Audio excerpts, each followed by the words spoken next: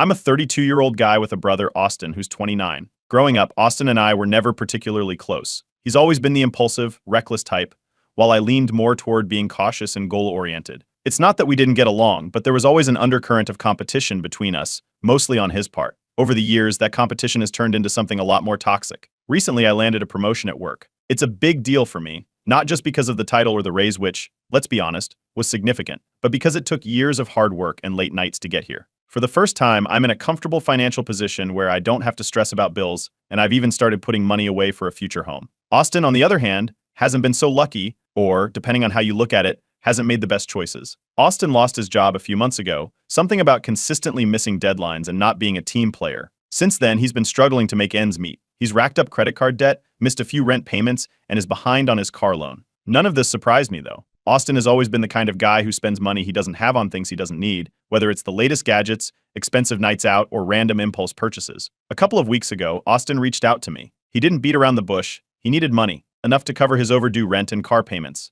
He called it a loan, but history told me otherwise. This wouldn't be the first time Austin asked for financial help, and not once has he ever paid me back. I hesitated. I wanted to help, but the thought of throwing money into what felt like a bottomless pit didn't sit right with me. My hesitation didn't go unnoticed. Austin went from pleading to angry in record time. He accused me of being selfish, of flaunting my success while he struggled. He brought up the fact that I'm in a good place financially now, so it's not like it would hurt me to help him out. I didn't know what to say. On one hand, he's my brother. On the other, I've been burned by him too many times to count. It's not just about the money. 2 years ago, Austin pulled what I can only describe as one of the most petty stunts I've ever seen. I had a crucial business meeting, a chance to pitch an idea that could have fast-tracked my career. Austin knew how important it was to me. The night before the meeting, he offered to help me review my presentation materials. I thought it was a rare moment of support from him, but I should have known better. While I was setting up the next morning, Austin came into the room with a coffee cup in hand. He accidentally spilled it all over my printed materials. At first, he acted apologetic, but later he laughed it off, calling it no big deal. I had to scramble to reprint everything and ended up being late to the meeting. I still managed to salvage the pitch, but it was a stressful, unnecessary hurdle, one Austin never apologized for. Our parents, of course, brushed the whole thing off.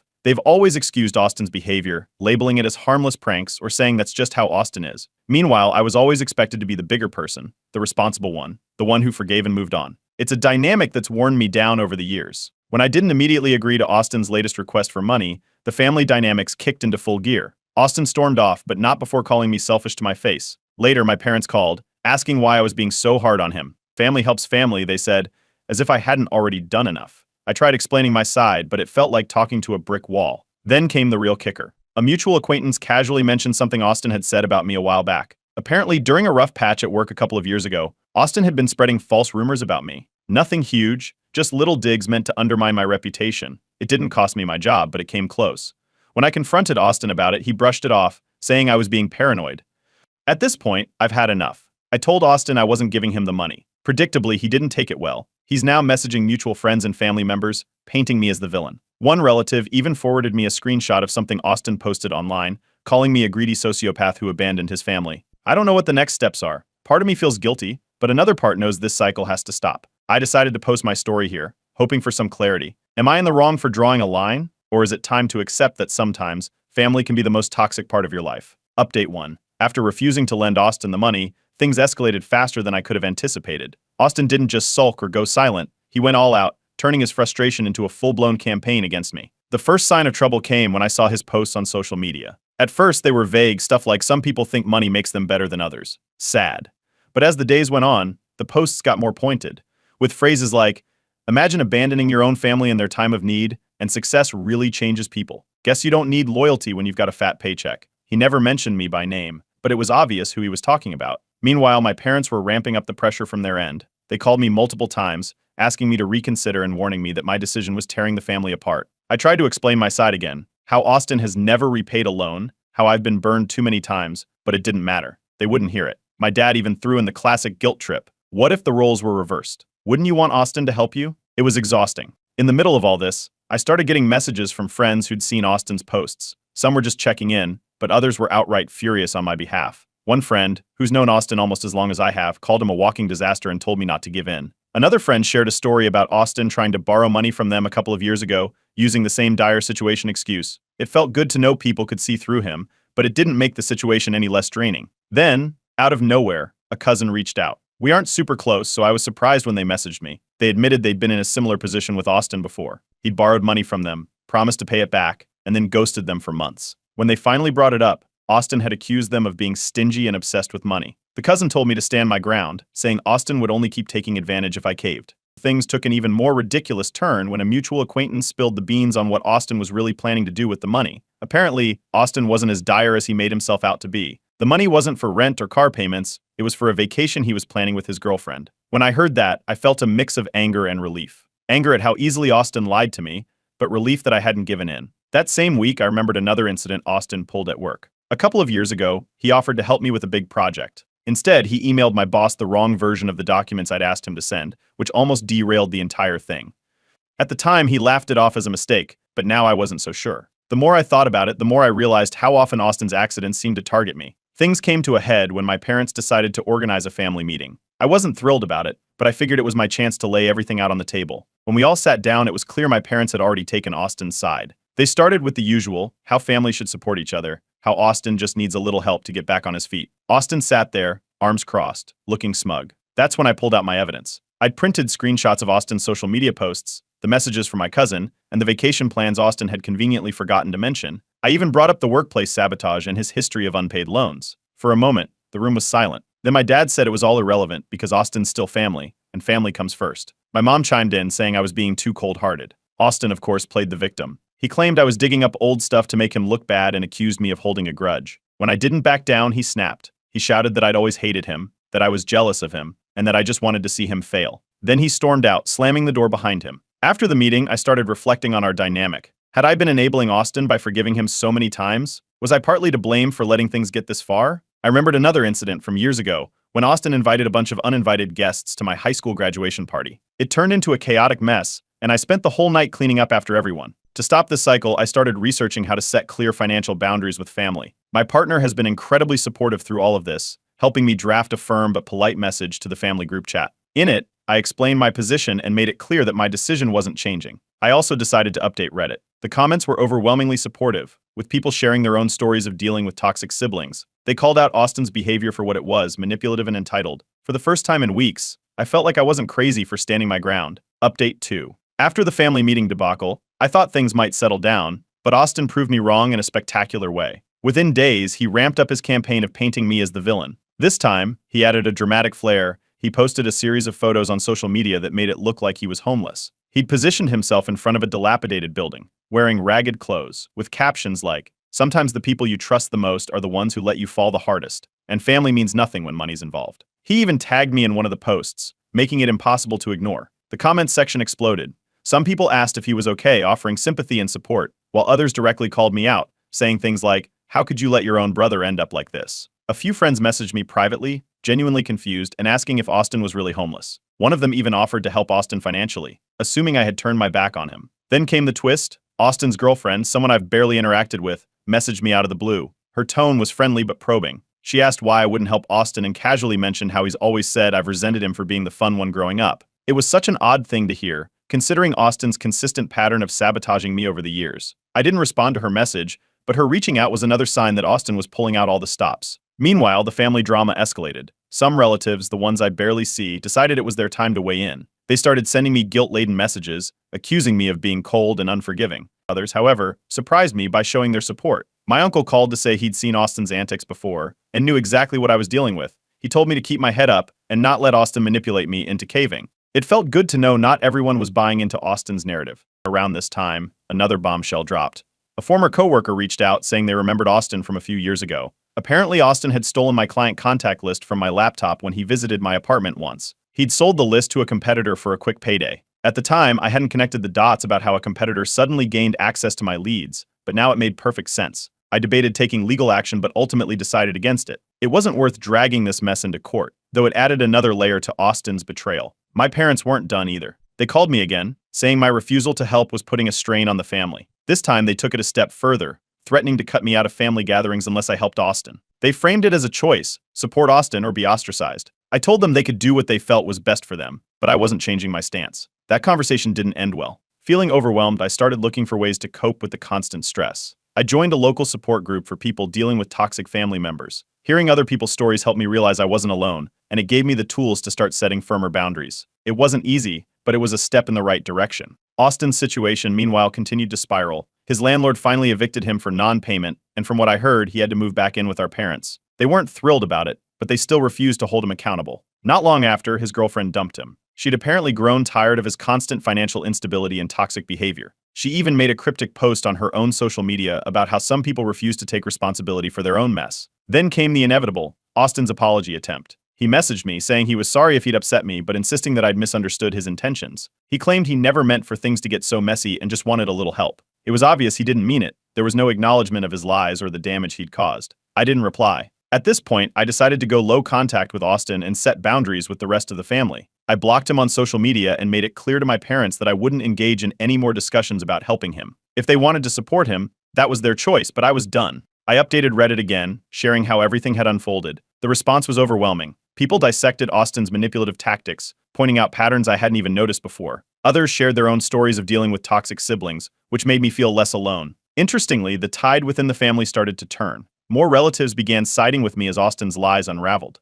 The screenshot of his supposed homeless photos made the rounds, and it became clear to everyone that Austin was exaggerating for sympathy. A few even reached out to apologize for doubting me. As for me, I started focusing on moving forward. For the first time, I felt like I could breathe without the weight of Austin's drama hanging over me. It wasn't an easy journey, but it was worth it. Update 3. After everything that had already happened, I thought Austin might dial things down, but instead, he doubled down on his theatrics. He kept up his social media posts, leaning heavily into the abandoned by family narrative. In one particularly dramatic update, he shared a black and white photo of himself sitting on the sidewalk, looking disheveled, with the caption, "When family turns their back, you find out who really cares." At first, people in the comments continued offering sympathy, but things took a turn when one mutual friend asked a simple question: "If you're struggling so much, why were you at that concert last weekend?" That one comment opened the floodgates. People started questioning his story, asking how he could afford tickets, drinks, and new outfits if he was supposedly broke. Austin tried to deflect, but it was clear the cracks were starting to show. Then, out of nowhere, his ex-girlfriend stepped in. She posted her own story, addressing the situation directly. She revealed that Austin's financial problems weren't because of some unfortunate circumstances, but because of his reckless spending. According to her, Austin spent money like it grew on trees, designer clothes, nights out, and even a spur-of-the-moment trip to Vegas that she had warned him against. She also shared how she'd tried to help him budget, but he refused to listen and kept blaming others for his problems. Her post went viral within our circle, and suddenly, Austin's poor me act wasn't holding up anymore. That post caused a ripple effect. A few extended family members who had initially taken Austin's side started reaching out to me. Some apologized for pressuring me, saying they hadn't realized how bad things really were. Others just quietly distanced themselves from him, likely embarrassed for defending him in the first place. Amid this, one of my cousins reached out with another shocking revelation. Apparently, Austin had once tried to steal from their small business. He'd offered to help with some admin work during a busy season, but ended up trying to siphon money out of their accounts. They caught him before he could do any real damage, but it made them wary of him ever since. Hearing that was like another puzzle piece falling into place. It wasn't just me Austin had targeted, this was a pattern. Things continued to spiral for Austin. His landlord officially evicted him, and he moved back in with our parents. From what I heard, they weren't thrilled about it. While they were still defending him to me, I could tell they were starting to feel the strain. Austin wasn't contributing to the household, and he'd already started asking them for money to cover his car payments. Not long after Austin moved back home, my parents hit me with another ultimatum. They called, saying I needed to step up and help Austin find a job. They argued that my refusal to help was making things harder for everyone. I told them plainly that I wasn't responsible for Austin's choices, and that I wouldn't be dragged into cleaning up his mess anymore. This led to a heated argument, where they accused me of being heartless. I stood firm. Around the same time, the family group chat exploded. Austin posted a tearful message, saying how much he'd been struggling and blaming me for everything: his eviction, his breakup, even his inability to catch a break. I'd had enough. I posted one short reply: "I'm not responsible for Austin's life." Then, I left the group chat. Based on suggestions from Reddit, I decided to start therapy to process the years of guilt and manipulation I'd been carrying. During one session, I remembered another incident from childhood that I hadn't thought about in years. It was the science fair in 8th grade. I'd worked for weeks on my project, only for Austin to sneak into my room the night before and mess with it. He claimed it was a joke, but I ended up having to present a ruined project. It was another reminder of how long this pattern of jealousy and sabotage had been going on. Despite claiming he was job hunting, Austin's social media told a different story.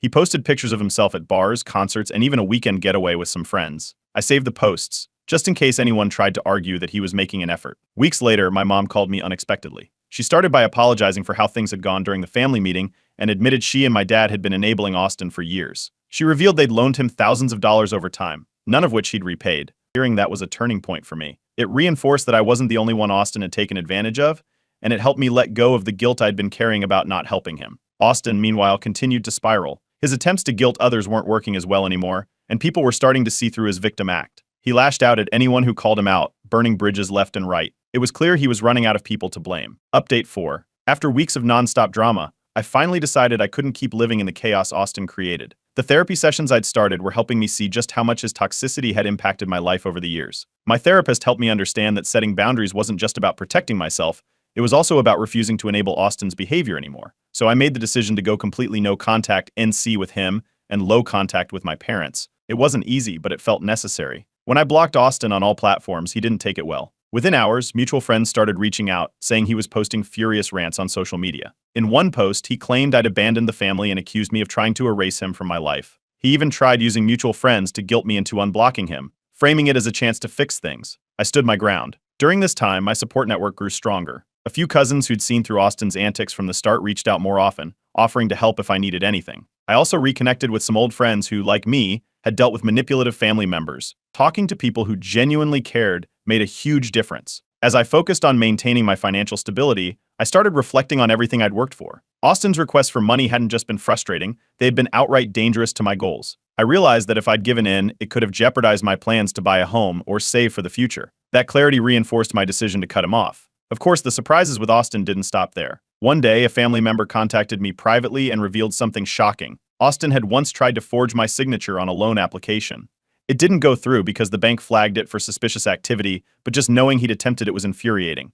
It also made me wonder how far he'd been willing to go to get what he wanted. Not long after, I found out Austin had tried to sabotage me at work. Again. Apparently, during a rough patch a couple of years ago, he'd called my office pretending to be a dissatisfied client. He'd complained about my unprofessionalism, hoping it would cause problems for me. My boss eventually figured out the call was fake, but at the time I hadn't known it was Austin behind it. Learning this was like another piece of the puzzle falling into place. To protect myself, I decided to consult a lawyer. While I didn't want to escalate things legally, I wanted to be prepared in case Austin tried anything else. The lawyer helped me draft a cease and desist letter, which I didn't end up using, but having it in my back pocket gave me peace of mind. Meanwhile, things were starting to fall apart for Austin at home. His behavior had finally pushed my parents to their breaking point. From what I heard, he was refusing to contribute to household expenses and constantly demanding money from them. This led to a massive argument one night, where my dad reportedly told him he needed to grow up and stop blaming everyone else for his problems. The turning point came at a family gathering. Austin showed up uninvited, trying to act like nothing was wrong. Things were fine until someone brought up his ex-girlfriend's viral post about his financial recklessness.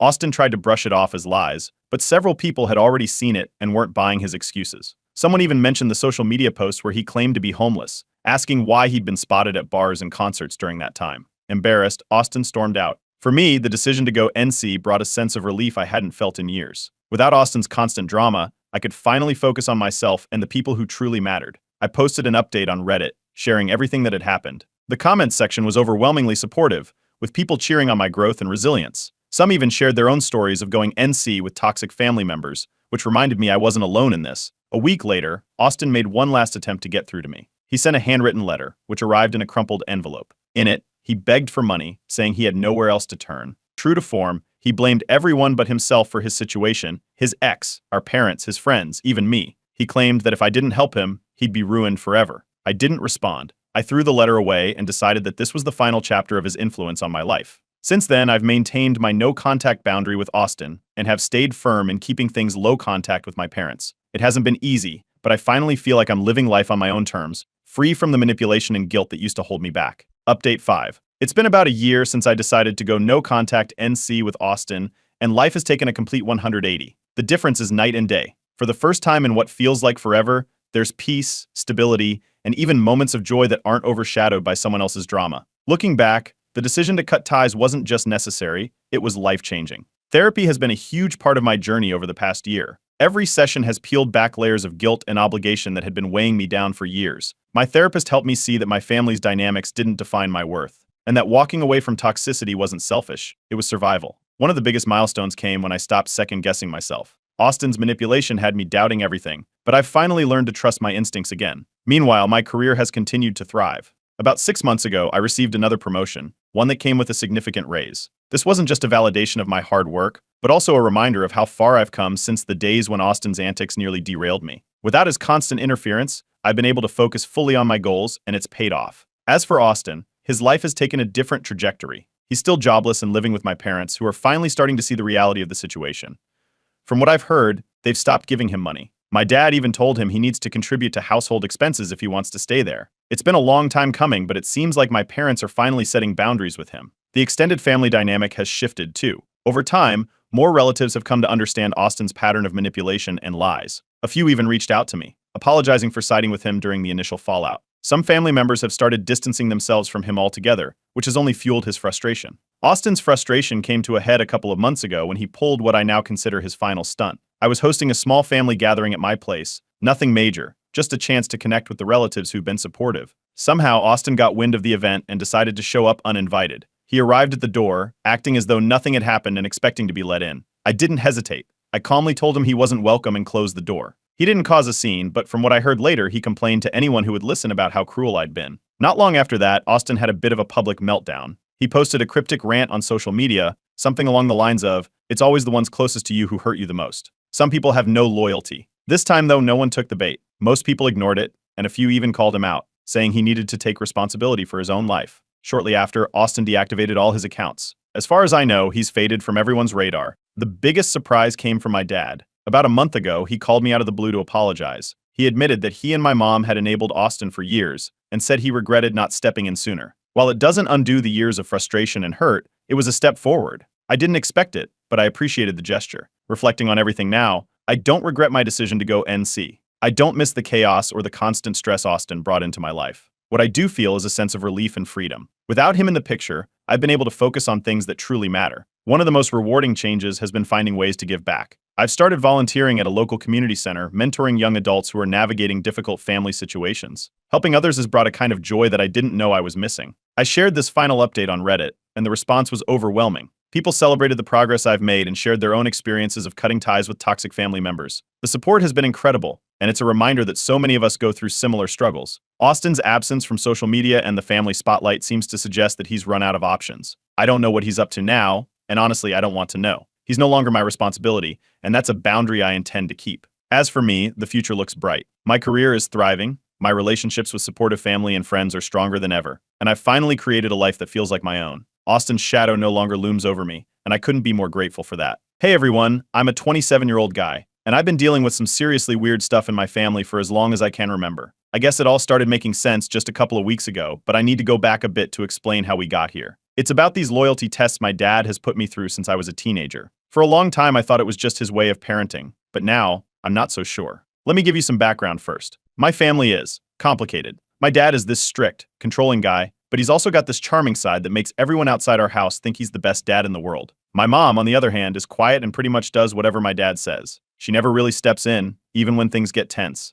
Then there are my siblings. My brother is 30, and my sister is 23. To be honest, it's always felt like they're the favorites. They're the ones who can do no wrong in my dad's eyes, while I've always been the one who couldn't quite measure up. I first realized something was off when I was about 15. My dad asked me to lie for him for the first time. It seemed minor at the time. He needed me to tell my aunt that he was away on a business trip when he was actually just spending the weekend out with his friends. It felt wrong, but I didn't want to let him down. I remember the look he gave me when I hesitated, like he was disappointed. I went along with it, but it left a bad taste in my mouth. These requests started happening more often. He'd ask me to cover for him, or take the blame if something went wrong around the house. Once, when I was 17, he asked me to take responsibility for breaking a vase that my sister had actually broken. I remember standing there feeling confused because my sister didn't even flinch. She just stood by, silent, like it was expected that I'd take the fall. When I hesitated, my dad gave me this cold stare and said, "Your sister would have done it for me without asking questions." It wasn't the last time he made that comparison. The more I think about it, the more I realize that my brother and sister never seemed bothered by these loyalty tests.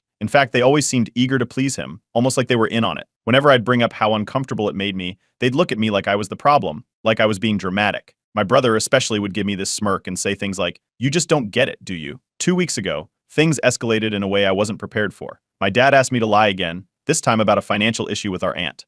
He wanted me to tell her that he'd already sent her some money that he clearly hadn't. I paused, trying to wrap my head around why he was asking me to do this. When I hesitated, he snapped. He told me I was being disloyal and ungrateful, that I was always the difficult one. I'd never seen him so angry before. My mom was there too, and she just stood by, saying nothing. It was like she'd seen this play out so many times before. After that incident, I started noticing other things. Little inconsistencies in his stories, strange comments from my siblings, and this weird vibe I couldn't shake. It felt like there was something bigger going on, something I wasn't being told. I tried talking to my mom about it, but she just brushed me off, telling me I was overthinking it. That's when I realized she might be part of this whole thing too, or at the very least, she was complicit in it. I decided to bring it up with my friend, who has been nothing but supportive. She was shocked that I'd been dealing with this for so long. She kept saying how none of this sounded normal, that it was manipulative, and I needed to stand up for myself. She suggested I confront my dad directly to ask him why he feels the need to test me like this all the time. I wasn't sure it would lead to anything, but I was desperate for answers. I started planning out what I would say to him, running through different scenarios in my head. But the more I thought about it, the more confused I became. I even asked my siblings if they'd ever been put through these tests, hoping they'd share similar experiences. My brother just gave me a blank stare and laughed it off, while my sister looked at me like I was crazy. It felt like gaslighting, like they were trying to make me believe I was imagining things. Feeling completely lost, I turned to Reddit for advice. I made a post, laying it all out, my dad's loyalty tests, the weird comparisons to my siblings, and my growing suspicion that something deeper was going on. The response was overwhelming. People were sharing their own stories, giving me advice, and a few even suggested that there might be a hidden family secret I wasn't aware of. Then a family friend reached out after seeing the post. She hinted that there was something I didn't know, something big that my dad had been hiding for years. I didn't get a chance to ask her more because, out of nowhere, I got this strange phone call. It was an unknown number, and the voice on the other end was distorted, almost like they didn't want to be recognized. All they said was, "You need to look deeper. It's not what you think." And now, I can't get that voice out of my head. I have a feeling things are about to get a lot worse before they get better, but I'm determined to find out the truth. I just don't know if I'm ready for what I'm going to uncover. Update 1. After that cryptic phone call, I couldn't shake the feeling that something was seriously off. My friend insisted I needed to confront my dad and get real answers. I wasn't sure if I was ready, but I knew I couldn't keep living with these doubts. So I decided to set up a meeting with him. It was going to be just the two of us. No distractions, no excuses. We met at his house. My mom was there, but kept herself busy in the kitchen, acting like she wasn't listening. My dad was sitting in his favorite armchair, looking relaxed, like he had no idea what I was about to ask. I took a deep breath and went straight to the point. I asked why he's been testing me like this all these years, putting me in uncomfortable situations, making me lie or cover for him. I pointed out specific instances, like the time I had to take the blame for something my sister did, or when he wanted me to lie to my aunt about his whereabouts. He just laughed it off at first, saying I was overthinking things. But I didn't back down. I kept pressing, telling him this wasn't normal, and asking why he only seemed to test me and not my siblings. He finally put down his drink and looked at me, the smile fading from his face. He said it's how he makes sure his kids have his back, like it's some kind of normal family practice. I told him it wasn't, not in any family I'd ever heard of. Just as I was about to ask more, my mom stepped in. She walked over from the kitchen, wiping her hands on a dish towel, and asked me to drop it. Her voice was shaky, and she wouldn't look me in the eyes. That's when I knew this wasn't just about loyalty. There was something bigger at play. My dad gave her a sharp look, and she quickly went back to the kitchen, leaving me more suspicious than ever. I pushed harder. I told him how these tests made me feel like I was never good enough, like I was the black sheep of the family. He stood up, suddenly looking angrier than I'd ever seen him. He accused me of being ungrateful, too sensitive, always making things about myself. But I didn't back down. I stood my ground and demanded a real answer. Then, something unexpected happened. He sat back down, slumped in his chair, and for the first time in my life, he looked tired. He muttered something I almost didn't catch. "I had to be sure I could trust you. You're different from your siblings." I asked what he meant by different. He wouldn't look at me. He just stared at the floor, shaking his head. He said, "You've always been more independent." I had to know where your loyalty truly lies. That hit me like a punch to the gut. I was stunned. I asked again what he meant by different, but he refused to explain. He just kept saying I wouldn't understand. At that point, I couldn't take it anymore. I stormed out of the house, slamming the door behind me. I didn't care who heard. I just needed to get out of there. I went straight to my friend's place, and she could tell something was wrong as soon as I walked in. I told her everything that happened, and she listened quietly before suggesting that maybe this had something to do with the family's finances or inheritance. She thought my dad might be trying to manipulate me, setting me up for some kind of legal trap. It made sense, but it also made me question everything I thought I knew about my family. Later that night, as I was lying in bed, I couldn't sleep. I kept replaying the conversation in my head, wondering if I'd missed something. Was I just being overly sensitive? Was there a rational explanation for all this? Or was my dad really hiding something huge? I felt like I was losing my grip on what was real. Around midnight, my phone buzzed. It was my brother. He never calls me this late, so I picked up right away. He sounded nervous, like he was checking if anyone else was listening. He asked if we could meet up in person, somewhere private. He said, "There's something you need to know." We met up at a 24-hour diner near my apartment. My brother looked like he hadn't slept in days. He wouldn't even make eye contact with me at first. He just sat there, stirring his coffee. Finally, he took a deep breath and told me he's known for years why Dad's been testing me, but he was too scared to say anything. I felt my heart drop into my stomach. I asked him what he meant, but he wouldn't say directly. He gave me a cryptic hint instead. It's not just about loyalty, it's about the will. I was stunned. I asked him to explain, but he just shook his head and said it wasn't his place to say more. He told me to look into it myself, that I'd find the answers if I was willing to dig deep enough. Then he stood up, threw some cash on the table, and left before I could ask anything else. I sat there for a long time, trying to piece everything together. The loyalty tests, the weird behavior from my dad, my mom's silence, and now this hint about the will. It felt like all the pieces were there, but I couldn't see the full picture yet. I decided right then and there that I'd had enough of the secrets. I was done playing their games. I didn't care what it took or how ugly it got. I was going to find out the truth. Update 2. After that cryptic hint from my brother about the will, I couldn't sit still. It felt like every piece of the puzzle was finally coming together, but I needed proof. I decided to reach out to a friend of mine who's a lawyer. I wasn't sure if he'd help, but I needed someone who could dig into this without tipping off my family. We met up for coffee and I explained everything. My dad's loyalty tests, the strange comments, and now this mention of the will. At first, my friend looked uneasy. He said this was tricky, and digging into someone's will without their consent could cause serious legal issues. I could tell he was hesitant, but after hearing everything, he agreed to help. He said he'd look into it as a favor, but warned me that this could get messy fast. A couple of days later, I got an unexpected knock at my door. It was my mom. She never shows up unannounced, so I knew something was off. She looked tense, almost like she'd been crying. She didn't waste any time with small talk. She just begged me to stop digging, saying that whatever I thought I was going to find, it wasn't worth it. I asked her what she was talking about,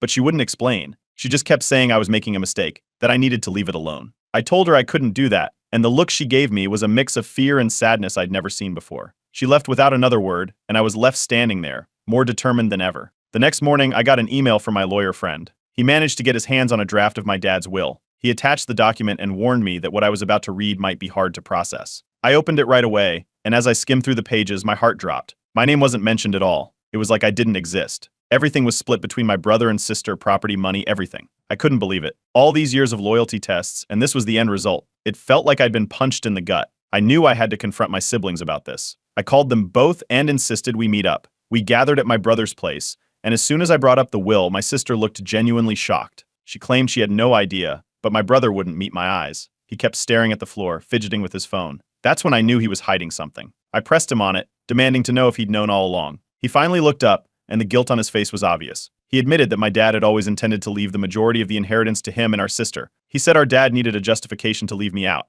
and that's why he'd been testing my loyalty all these years. I felt a wave of disbelief. So this whole time, it wasn't about loyalty. It was about finding a reason to cut me out of the family's legacy. My brother hesitated before dropping the real bombshell. He said our dad never believed I was his biological child. That's why the tests were aimed at me, and not at them. He said our dad had suspected it since I was a baby, but instead of dealing with it, he decided to put me through these tests as if he needed to confirm his suspicions. I couldn't believe what I was hearing. I stood there, numb, trying to make sense of it all. Everything started clicking into place, the comparisons to my siblings, the coldness, the constant tests. It was never about loyalty. It was about proving I didn't belong. Without wasting any time, I went straight to my dad's house. I didn't call ahead. I walked right in and confronted him. I told him I knew everything, that he'd been testing me for years, trying to prove I wasn't his son. He didn't even try to deny it. He just looked at me with this blank expression and said, "You never really felt like mine." I demanded a DNA test right then and there. He shrugged and told me to go ahead, like he didn't care either way. My mom came into the room, her face pale and eyes red from crying. She begged me to stop, saying this was going to destroy the family. I ignored her. I was done being manipulated. I told her I was going through with it, no matter what. After leaving, I called my lawyer friend again. I told him what happened and asked what my options were. He said we might have grounds for a case, especially if my dad intentionally put me through emotional distress for something I had no control over. He advised me to get the DNA test done first before taking any legal action. I ordered a DNA test kit online that night. It arrived a few days later. I swabbed my cheek, sealed it up, and sent it off the same day. Now, all I can do is wait for the results. It feels like everything in my life is hinging on this one test. If it comes back positive, then maybe my dad was wrong, and I have a chance to fight back. But if it comes back negative, well, I guess I'll have to face a truth I never saw coming. I posted another update on Reddit, sharing what I'd discovered and the next steps I was taking. The support has been overwhelming, with people urging me to keep pushing for answers, no matter how painful it gets. I'm nervous about what's to come, but at this point, I need to know the truth, even if it tears everything apart. Update 3. I sent off the DNA test kit, and now I'm stuck in this waiting game that feels like it'll never end. The website said it could take up to 2 weeks, but each day drags by like it's a year. I posted an update on Reddit to let everyone know I'd taken the test, and was waiting for the results. The response was overwhelming, hundreds of comments from people sharing their own stories, offering support, and giving me legal advice. It's wild how many people have gone through similar things. In the meantime, my family has gone completely silent. My mom usually calls me at least once a day, even if it's just to check in, but it's been radio silent since I confronted them. My brother, who seemed so guilty before, sent me one single text, "Please don't do this." That was it. No explanation, no follow-up. It's like they all know what's coming and are trying to pretend it's not happening. With all this free time, my mind has been racing. I keep thinking back to moments from my childhood that I'd brushed off at the time. Little comments from my dad like, "You don't look like anyone in the family," or the way he'd sometimes act distant at family gatherings, especially when my grandparents were around. It's like all these small, weird moments are adding up, making me see everything in a different light. A few days ago, while trying to distract myself, I decided to clean out some old boxes I'd shoved into the back of my closet years ago. It was mostly junk, old school papers, yearbooks, stuff I hadn't looked at in ages. But then I found a small envelope buried at the bottom of one box. It was yellowed with age, and on the front, in my grandmother's neat handwriting, it said, "To be opened when you need the truth." My hands were shaking as I opened it. Inside was a letter from my grandmother who passed away when I was 16. I hadn't even known this letter existed. She wrote about how much she loved me, but there was a part that stood out. "I always suspected your father wasn't your biological dad. He's never treated you the way a father should. If you ever find this out, protect yourself because the truth might hurt more than you can imagine." I just sat there, staring at the letter, feeling like the ground had dropped out from under me. My grandmother knew. All these years, she suspected but still treated me like her own. I felt this strange mix of grief and relief. Grief that she wasn't here anymore, but relief that someone had seen what was happening and loved me anyway. I showed the letter to my friend, and she was just as shocked as I was. She suggested we start preparing for whatever the DNA results might say, especially from a legal standpoint. We talked about what it could mean if the results confirmed I wasn't my dad's biological child, whether I'd have any claim to the inheritance, or if I could take legal action for emotional distress. We decided it would be smart to have a plan in place, no matter what. I booked an emergency session with my therapist because I felt like I was spiraling. I needed someone to help me process everything. We went over everything that had happened, the loyalty tests, the confrontation, the will, and now this letter. She helped me see that whatever the results say, it doesn't change who I am or the life I've lived so far. It was comforting to hear, but it still felt like the entire foundation of my life was crumbling. Then, the email finally came. The subject line was simple: "Your DNA test results are ready." I stared at it for hours, unable to bring myself to open it. My friend sat next to me the whole time, holding my hand and telling me to take my time. Eventually, I realized I couldn't wait any longer. I needed to know. I clicked the email and opened the results. Right there, in black and white, it confirmed my worst fears: my dad is not my biological father. There was no match. The man I'd called dad my entire life had known I wasn't his and put me through hell to prove it. I picked up the phone and called my mom. She answered on the first ring like she'd been waiting for this call. I told her what the test said, and there was this long silence before she started crying. Through her sobs, she confessed everything. She had an affair before I was born. My dad found out when I was just a baby, but they made an agreement he would raise me as his own as long as I never found out the truth. It wasn't about loyalty at all. My dad's tests were his way of punishing me, projecting his anger and resentment onto me for something I had no control over. He couldn't punish my mom without tearing apart their marriage, so he took it out on me instead. I hung up on her and just sat there, feeling like I couldn't breathe. The realization hit me hard. All those years of tests, the manipulation, the comparisons to my siblings, it was all because he never saw me as his own. He was trying to justify cutting me out of the will, punishing me for a betrayal that wasn't even mine. I posted the DNA results and the whole story on Reddit. The response was immediate. People were furious on my behalf, telling me to cut ties, to lawyer up, to protect myself from here on out. I've decided I want nothing more to do with him. I blocked his number and told my mom I'm done with both of them. I don't know what comes next, but I've made my decision. I'm going no contact with my dad for good. I need to start figuring out what my life looks like without him in it. Update 4. After getting the DNA results, I blocked my dad's number immediately. I told my siblings I was cutting him out of my life for good. My brother didn't argue. He seemed relieved, almost like he'd been waiting for this. My sister, though, wasn't having it. She accused me of overreacting, said I was being dramatic and making everything about myself. According to her, I was just causing trouble for the family. It felt like she'd already chosen her side, and it wasn't mine. Once I decided to go no contact, the reality of the situation hit me hard. I'd been counting on some inheritance to help pay off my student loans and save up for a house. I never expected to get everything, but I thought I'd at least get something. Now, knowing I wasn't in the will at all, I felt this sudden financial uncertainty. It wasn't just about the money, it was about being cut out, erased from the family's future like I didn't exist. I decided to talk to my lawyer friend again. He listened as I explained everything: the DNA results, my dad's manipulative tests, and the exclusion from the will. He told me there might still be a case for inheritance, given that my dad had raised me as his child for 27 years. It wouldn't be easy, but it wasn't impossible.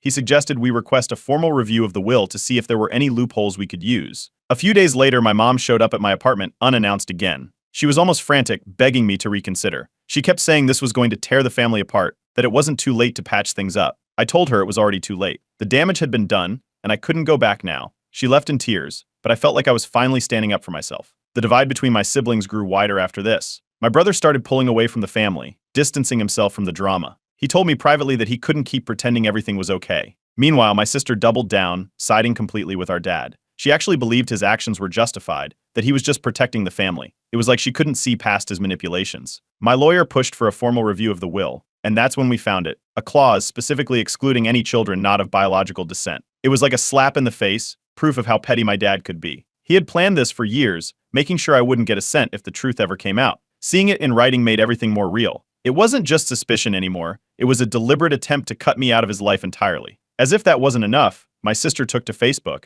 airing out the family drama for everyone to see. She made this long post about how I was being greedy, how I was trying to manipulate the situation to get money I didn't deserve. She painted me as the villain, twisting the narrative to make it look like I was attacking the family out of spite. I was furious when I saw it, but I decided not to engage publicly. It wasn't worth it. Instead, I talked to my therapist about everything that had happened. She suggested I join a support group for adult children of toxic parents. At first, I wasn't sure, but I went to one of the meetings. Listening to other people's stories made me realize I wasn't alone in this struggle. So many people had gone through similar things, dealing with manipulative parents and betrayal. It was comforting in a way, knowing I wasn't the only one. Then, out of nowhere, I got a message from a distant aunt, one I hadn't heard from in years. She'd seen the drama unfolding online and reached out to offer her support. She said she always thought something was off about my dad's behavior. Then she dropped a bombshell. My biological father had tried to contact the family once when I was a kid. He wanted to be part of my life, but my dad shut it down, threatening him with legal action if he didn't back off. Hearing this floored me. I'd assumed my biological father never wanted to know me, but now it sounded like he'd been kept away on purpose.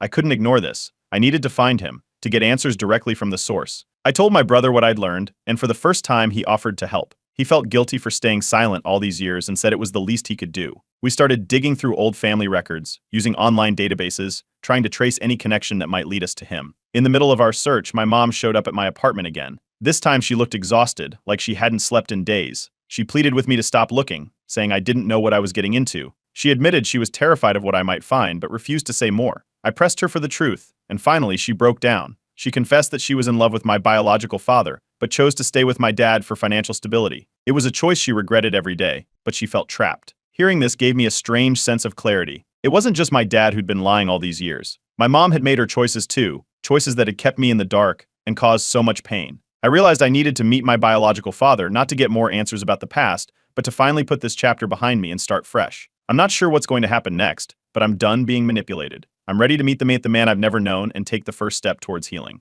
Update 5. With everything coming to light, my brother and I doubled down on the search for my biological father. We started reaching out to anyone who might have a connection, old friends of my mom, people she used to work with, anyone who might know something. It felt like a race against time, and I couldn't shake the feeling that my mom's plea for me to stop digging meant there was more she wasn't telling me. A week into our search, we got a breakthrough. I received a message from a man who claimed to be an old friend of my biological father. He said he'd seen some of the online posts and pieced together who I was. He told me my biological father had been searching for me for years, but he'd been blocked at every turn by my dad. He asked if I was open to meeting, saying my father was desperate to see me but didn't want to push if I wasn't ready. I was hit with a wave of mixed emotions. I'd spent so long resenting the man I thought didn't want me, and now I was about to meet him. My brother agreed to come with me for support. We decided on a quiet cafe in a nearby town, somewhere neutral where we could have privacy without the pressure of being in a familiar place. The day of the meeting, I was on edge. I kept looking out the window, half expecting him to change his mind or not show up at all. Then I saw him walk in, and I couldn't believe it. The resemblance was uncanny. It was like looking at an older version of myself, same eyes, same hair. He spotted me immediately,